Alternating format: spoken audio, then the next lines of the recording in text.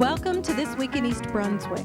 This week's show features stories on the Township's 4th of July celebration at the Middlesex County Fairgrounds and East Brunswick's recent court victory enabling the town to ban cigarette vending machines.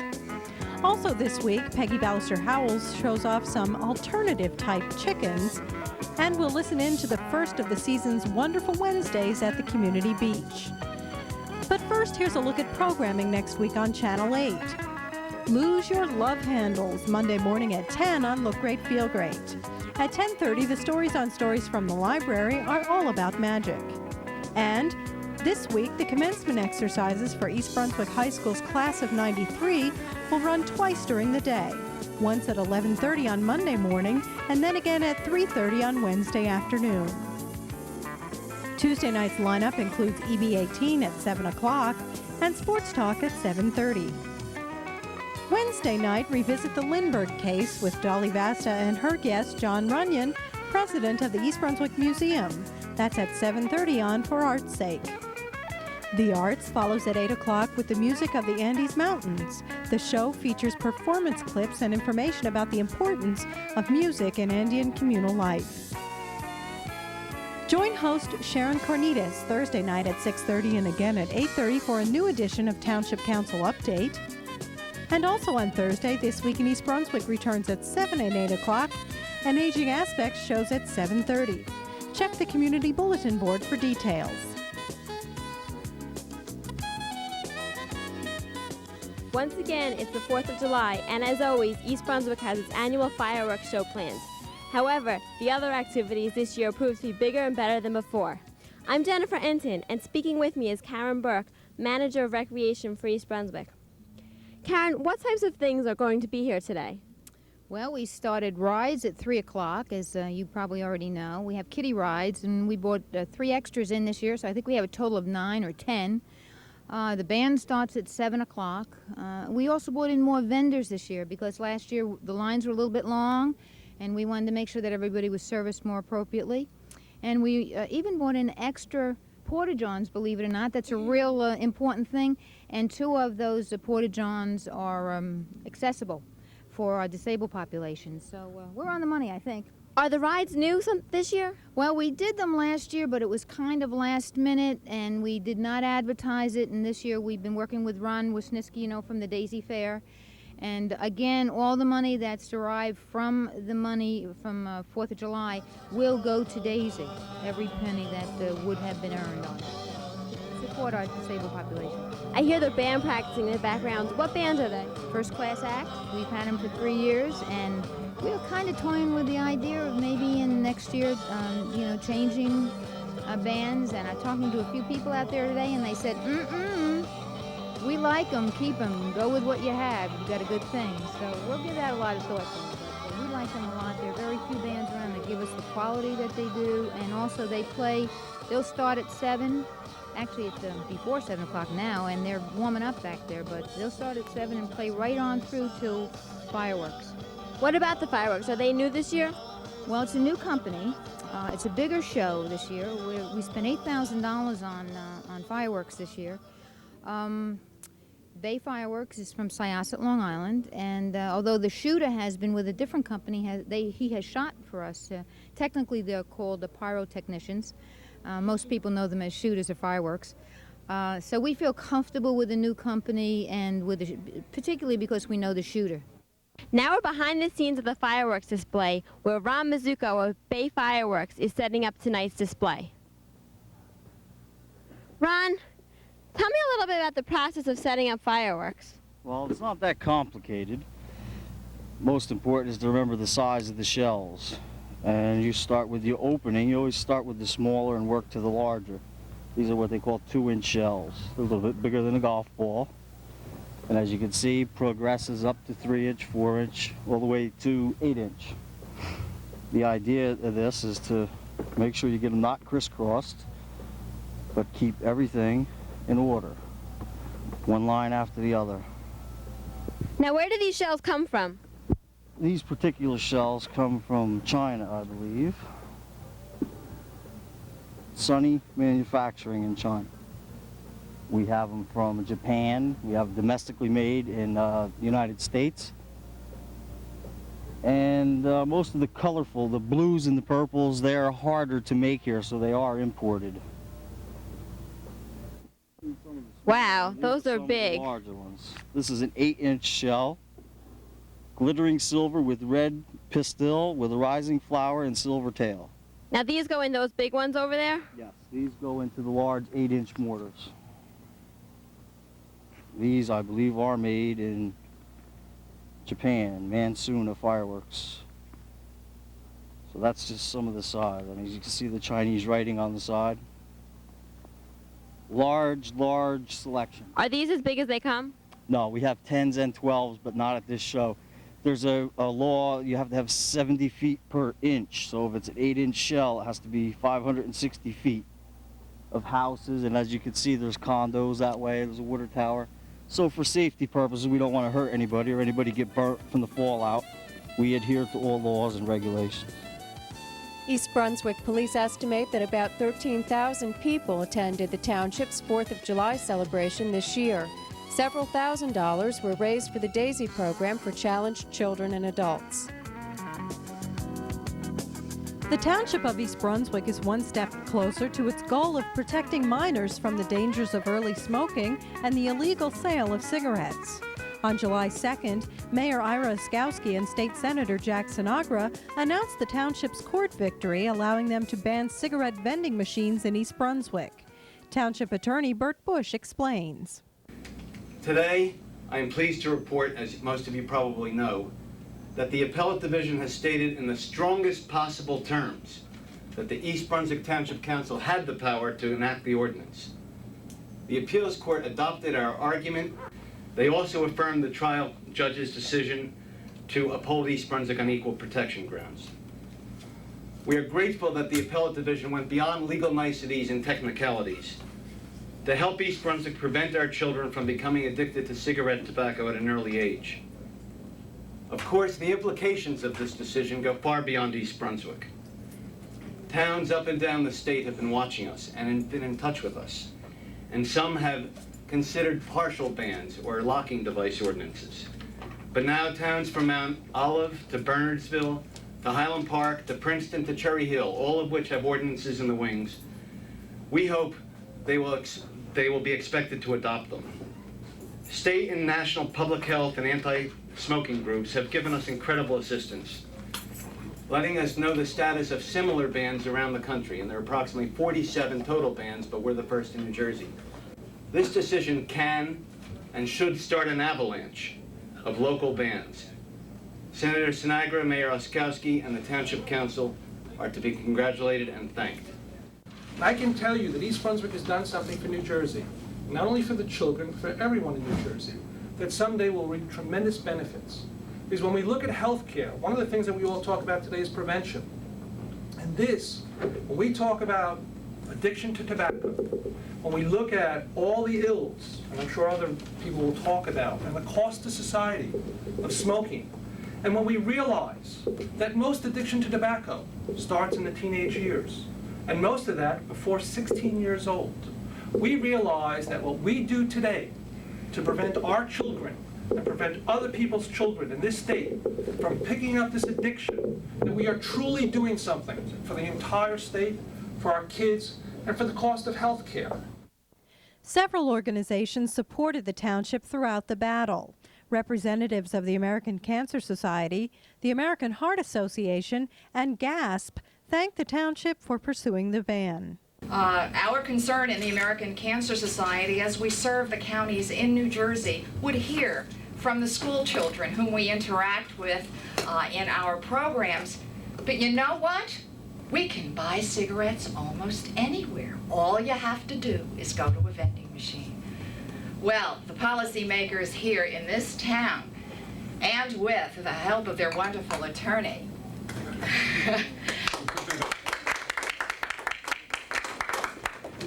decided that they would stand behind this, and we really and truly appreciate it. As the largest nonprofit health voluntary agency, the American Cancer Society seeks to diminish suffering from this untoward disease. And the implications for all of the other illnesses, respiratory, lung illnesses, the synergistic effects with other illnesses, protecting our youth is really a very important thing. Thank you again, gentlemen, for the foresight of working so hard and setting the example. On behalf of the aims of the American Heart Association to improve public health, to improve public awareness of the fact that smoking is in fact a deadly killer and is contributory to heart disease. And Senator Sinagra has been the leader in that fight. Again, I say I'm very pleased with this decision. Thank you. Mayor Ira Iskowski. In East Brunswick's case, that means that the appeals court gave us the okay to protect the health, safety, and welfare of our youth by allowing East Brunswick to ban all cigarette vending machines. As it states in the opinion, ready access to cigarettes on the part of minors is a legitimate governmental concern. Unrestricted vending machines provide such ready access. Preventing that is, thus, a valid objective. The total ban plainly will serve that objective.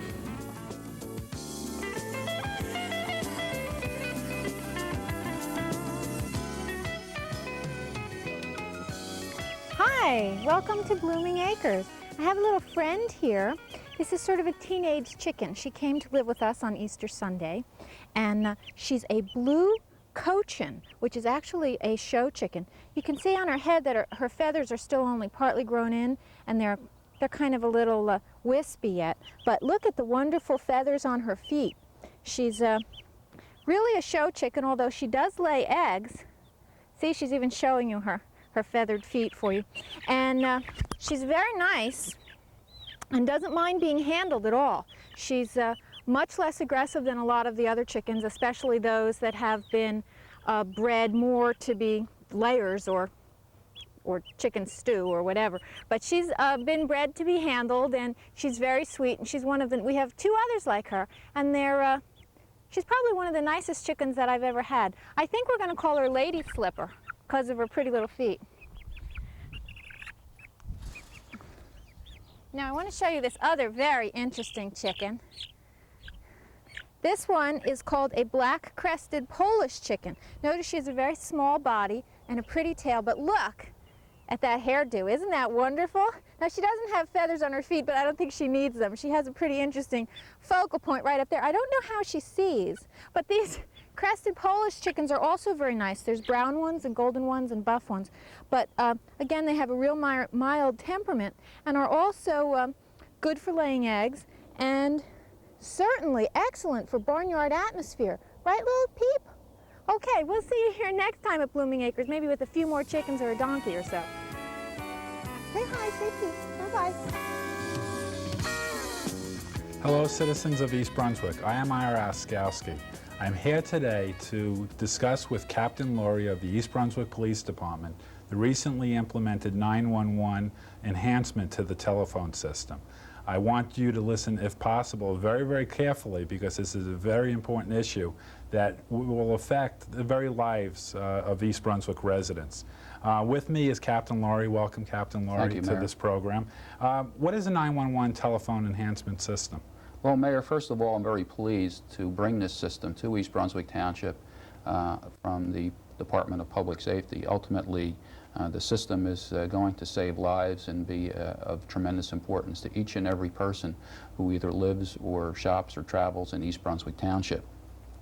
The 911 enhanced telephone system is basically a computer-enhanced, software-driven telephone system that will expedite emergency services to the community. There have been other 911 systems in the state.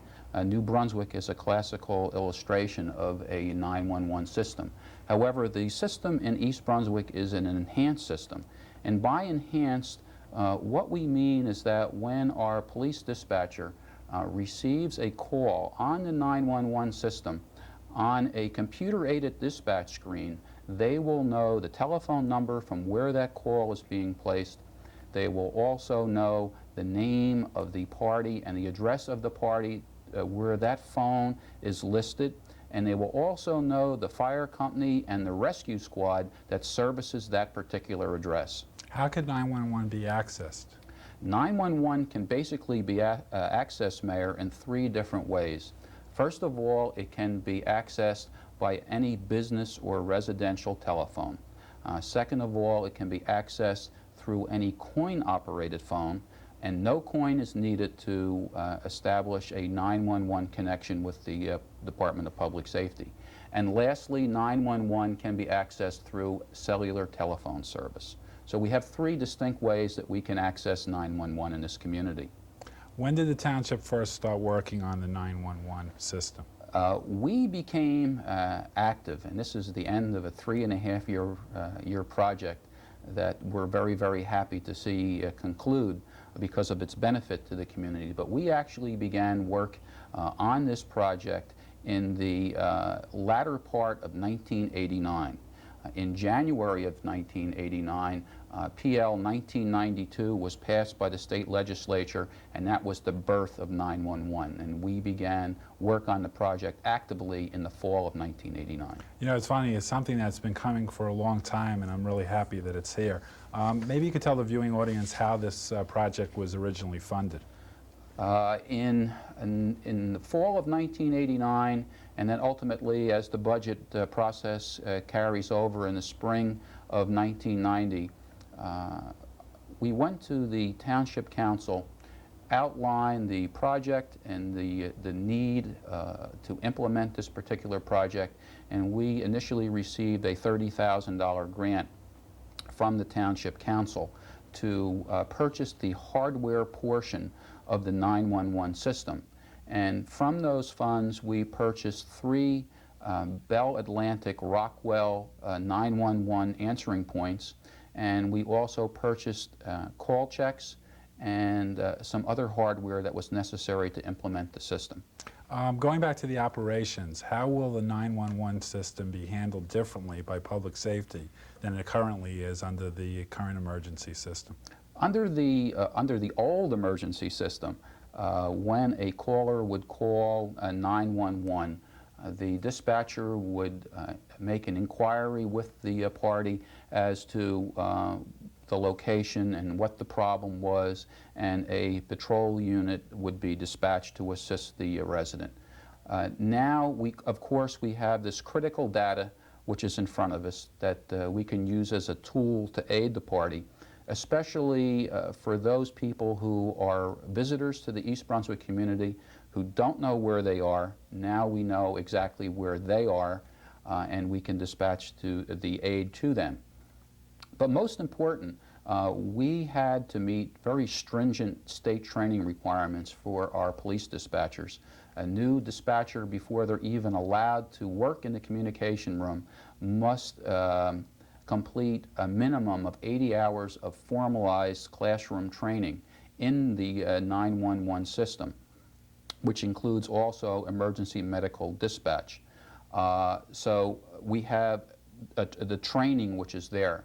Now when a resident calls with a medical emergency, instead of a patrol car being dispatched to the scene and the rescue squad, our 911 dispatcher will stay on the line with that resident, and basically through a series of medical cards that we have available to them, hopefully provide them with some life-saving or immediate first aid that will stabilize that victim until the rescue squad or the paramedics arrive on scene. I know that there are very, very specific rules as to when 911 should be accessed. What are those rules? This is probably one of, if not the most important part of this particular broadcast, and to get this message through to the community. 911 should only be accessed when there is an urgent need for the response of police, our fire, or our EMS people. And the word urgent is there when you have life or property in jeopardy. What will happen if somebody accesses it when it's not a 911 emergency? We have a feature that's built into the 911 system that should someone call with a request on the 911 system that does not meet the state criteria for 911, that call will receive a transfer to a recording, and it will remind the caller that the call does not meet the guidelines for 911, and they will then be requested to call in on our non-emergent line into police headquarters. And what is that number? The number that the residents should use for non-emergency calls for police services is 390-6900. Can you repeat that again? Certainly. 390-6900 for all non-emergent calls to police headquarters. And obviously, if you have a police emergency or a fire emergency or an EMS emergency that's going to need an immediate and urgent response, please access police dispatch through 911. What are some of the steps that an individual should take if they do have to call 911? Is there guidelines that they should follow, and what steps should they take? Yes, there are, Mayor, and some of the things that people can do to more or less help themselves, first of all, is to try to remain as calm as they possibly can. In certain situations, that's entirely difficult, to say the least, for the caller. They should try to speak as clearly as they possibly can. Explain to the telecommunicator exactly what the problem is and where the problem is located. They may be asked to give their name and address by the telecommunicator, and they should respond positively to that request. And most important, they should remain on the 911 line until the call is terminated by the police dispatcher, because there may be an ongoing situation such as a crime in progress where the dispatcher may want additional information, such as a description of the suspects or which way did the suspect vehicle travel, and an amount of information that would also be helpful in, let's say, a fire situation or a medical emergency situation. One of the things that has always been a concern of mine, and has been a concern I know of public safety as well as the rescue squads and the fire departments, is that in East Brunswick the numbers on many houses are not clearly marked. Why in the 911 system is it very, very important to have these clearly marked? As someone who basically has their roots in police patrol, there's nothing more frustrating than to, as a patrolman, to receive a radio dispatch to an emergency, and then basically you arrive in the area or on the street, but you're unable to locate the house or the business or the location where this emergency is taking place because of the fact that it's not properly marked. This becomes even more critical, Mayor, after the hours of darkness, or, as you know, some streets in East Brunswick, such as, I'll use, for instance, the Old Bridge Turnpike. You have number jumps on the Old Bridge Turnpike where the numbers do not correlate. You also have situations, again, such as the Old Bridge Turnpike, where one side of the road is East Brunswick and the other side of the road is South River. This is also not only a concern of the police department, but it's, as you know, a concern of our fire service in East Brunswick and also our rescue squads in East Brunswick. Several years ago, the Township Council considered this, and they passed an ordinance, ordinance number 62, which basically states that all businesses and residences shall be marked so that they can be seen from the street, that mailboxes have lettering on them, numbering and lettering no smaller than 2 inches, and that all homes have letters or numbers on them at least 4 inches in height, so that these residents and businesses can be clearly identified. I think that's fantastic, and I really think the residents should really look at their own individual units and their houses to make sure that they are clearly marked. Besides this program, which I thank you for being here, is very informative, what else is the East Brunswick Department of Public Safety doing to promote the 911 system? Well, in addition to this program, Mayor, we do have on the community bulletin board on Channel 8 a constant message advising the residents of East Brunswick that 911 is active and basically how it can be accessed. Second of all, a letter was sent to all members of the community advising them that 911 was now active, and they were given some telephone stickers along with that letter. I strongly urge that they use these telephone stickers and place them on their telephone so that not only will they and members of their family have the ability to access 911, but should they have a visitor or a relative from another community that would come to their home, that they would know how to access 911. All of our police vehicles now have all new decals on them. The old telephone numbers have been removed, and 911 is now on the side of all of our police vehicles.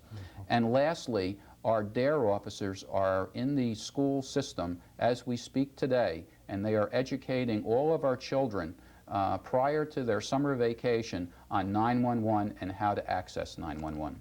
Captain Laurie, I have to compliment you. You really got the information out on a very, very timely basis, and all of East Brunswick could feel safer in their homes with the 911 system.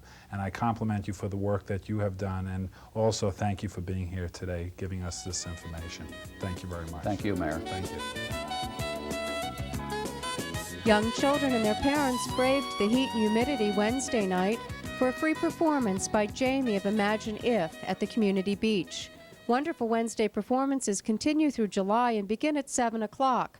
For more information, call the Recreation Department at 390-6797.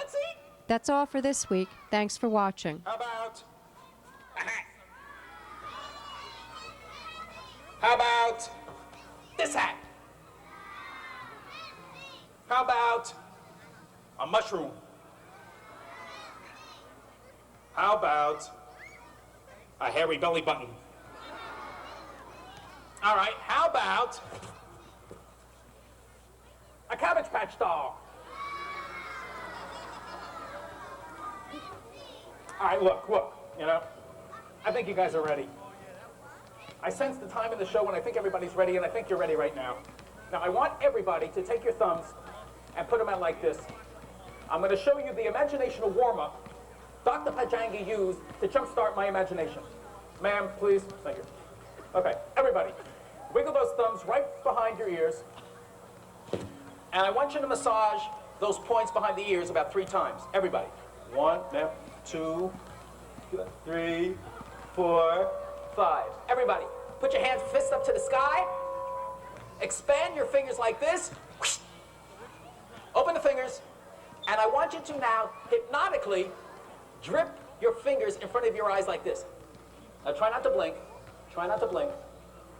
Very good. Now, when you feel yourself getting slightly hypnotized, take the same fingers, place them behind the cranium part of the brain, which is right in the center like this. And I want you to take your heads and point them straight at mine for a quick telepathic hookup.